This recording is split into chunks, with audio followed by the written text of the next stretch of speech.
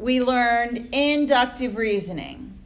Now in lesson 3, we're going to be applying deductive reasoning. Now, before I get into this, let me just tell you about your quiz on Monday. The quiz on Monday is going to cover lessons 1-6, 2-1, and 2-2. 1-6 was the polygon lesson. On the quiz on Monday, you are going to be given figures. You will have to tell me if it's a polygon, give the specific name, and also tell me if it's concave or convex. Okay, you will have to do this from 1-6. You will also have to find a side length. I will give you the measure of one of the sides as an expression, like 2x plus 5. I might tell you it's a regular pentagon, and then give you another expression for one of the sides. Remember, you set them equal to each other, solve for x, and then plug it back in. So you're going to have 3 questions from 1-6. Then from 2-1, this was the inductive reasoning. This is where you were looking for patterns. So you're going to have a question where you're going to have to complete the pattern. Find the missing number. You are also going to have true-false questions. If the statement is false, you will need to provide a counterexample.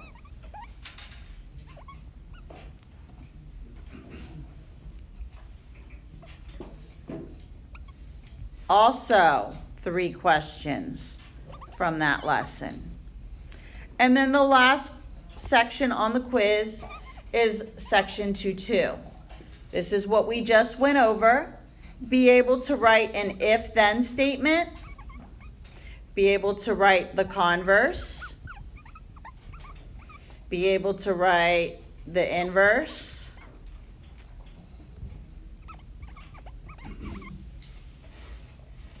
Be able to write the contrapositive.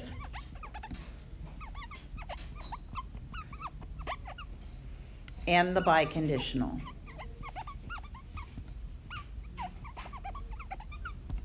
And you will have 4 questions from 2-2. 10-question quiz. It's not multiple choice. All right, so this is the quiz for Monday. The study guides that are up there that you do not need to turn in, those cover everything that's on the quiz. It does cover more information than what's on the quiz, but that information may end up being on the test. So these are the 10 questions for Monday's quiz. All right, let's get into the deductive reasoning. So in 2-1, we did inductive reasoning, and that was based on a pattern. So you did an observation, and you were able to figure out what would come next. When we use deductive reasoning, we're using facts, okay, or definitions, some kind of accepted property, okay? This is what we're going to be using when we start the proofs. You will be using your definitions, your postulates, your theorems. It's all going to be based on facts to come up with, to form a logical argument. So this is what deductive reasoning is. It's based on facts, just the facts. Okay, definitions, properties, postulates. We've already seen some postulates, and we're going to be learning quite a few other ones. The first proofs we'll do will be algebra proofs, and those are pretty simple. You use your property of equality, your reflexive property, substitution. The algebra proofs are a lot easier than the geometry proofs. And so we'll ease into the proofs. Okay, anybody still need the slide? Okay. Everybody understand the difference between inductive and deductive? Yes. Excellent. There will be a question at the end of this. You're going to tell me which reasoning we're going to use.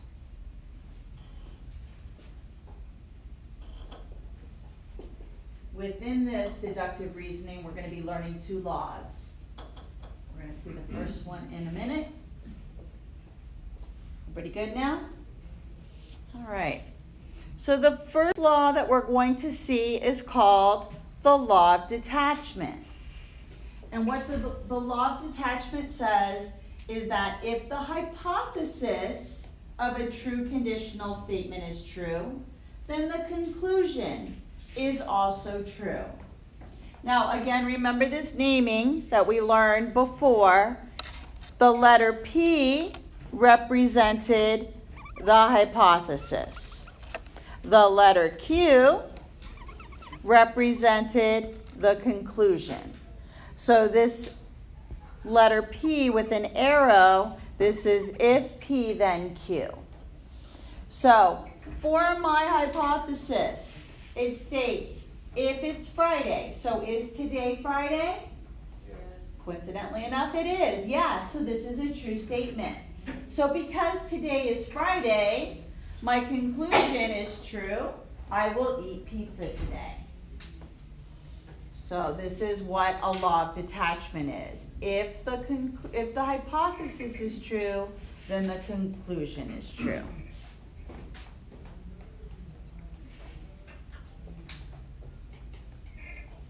Anybody still need this one?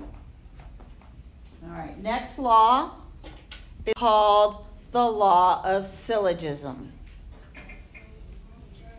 And this is going to be used when the conclusion of one statement is really the hypothesis of the other statement. So they're going to overlap. So we'll be given two separate conditionals, and then they're going to ask us to write a new conditional statement. So notice when I have my P to Q, this conclusion is really now my hypothesis, and it goes to a new conclusion. And then from this, Teachers and students, for the interruption. Howard Green, please report student services. Howard Green, please report student services. because the two Q's are the exact same statements, I can jump from the original hypothesis to the ending conclusion. So notice that I go to the movies is the conclusion of the first conditional, but then it's the hypothesis of the second one. Those two cancel each other out, and then your final statement will just be the original hypothesis with the new conclusion. So they overlap. So if it is Friday, then I go to the movies. If I go to the movies, then I eat popcorn. So my final conclusion will be, if it's Friday, then I eat popcorn. Because I'm at the movies.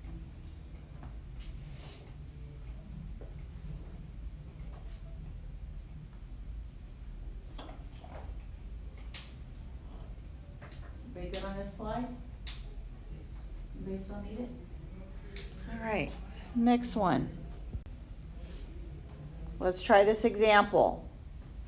Okay, it's asking us to use the law of detachment. So the first statement is, if the measure of angle R is greater than 90 but less than 180, then R is obtuse. They're making the statement,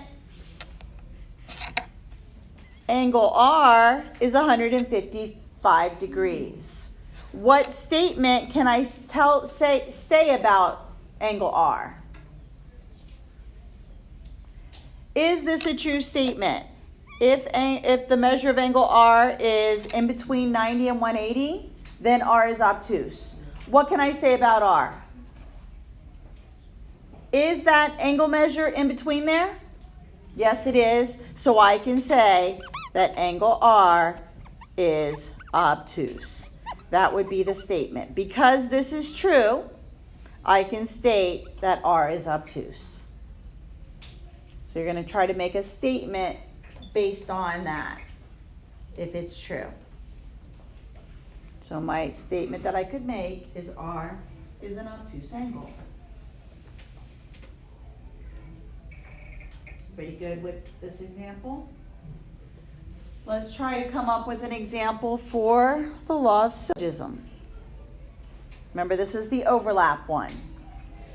So here it says, if Janelle gets a job, this is my original hypothesis. My original conclusion is then she can afford a car. Notice my hypothesis of the second statement, it's the same as the conclusion of the first. Janelle can afford a car. So then my new conclusion that will match with the original hypothesis, she will drive to school. So my new statement, remember we go from P to Q. So P to Q. And then this blue is now the Q, and it goes to a new R. So if I go from Q to R, I can actually go now from P to R. So my new statement, based on the law of syllogism, would be if Janelle gets a job,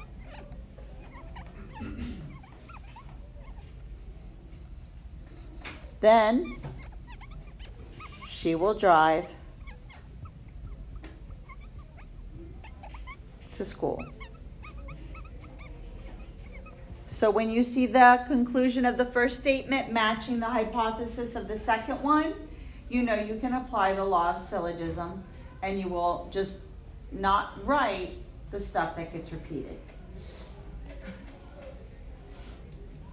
So that would be my new statement.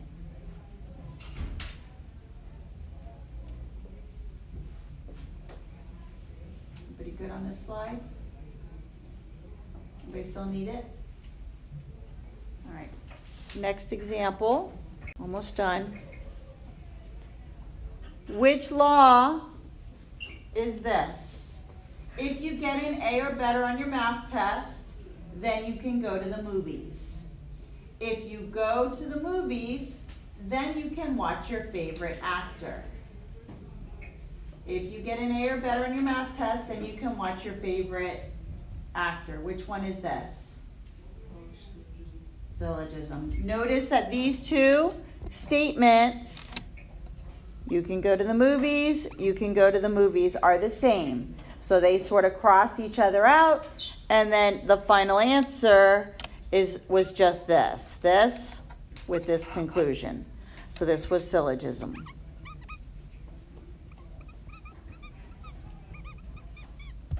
Law of. Good? Let's look at the next example. It says if x is greater than 12, then x plus 9 is greater than 20. They're telling us that the value of x is 14. Does it satisfy that? Is that a true statement? Yes, it is. Therefore, x plus 9 is greater than 20. So this would be the law of detachment.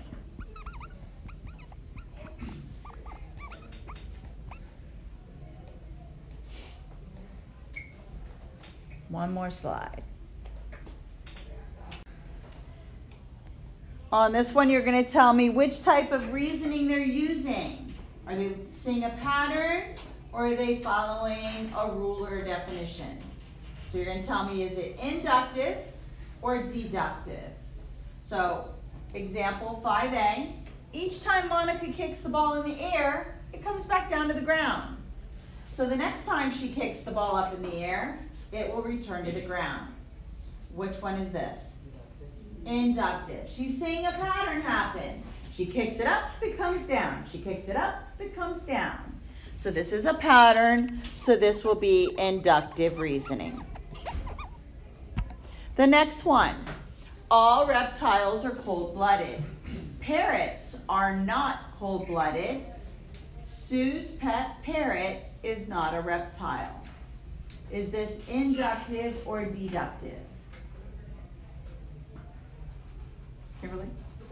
Deductive. We're basing it on a fact that all reptiles are cold-blooded.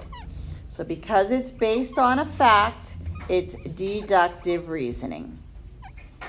And that is lesson 2-3.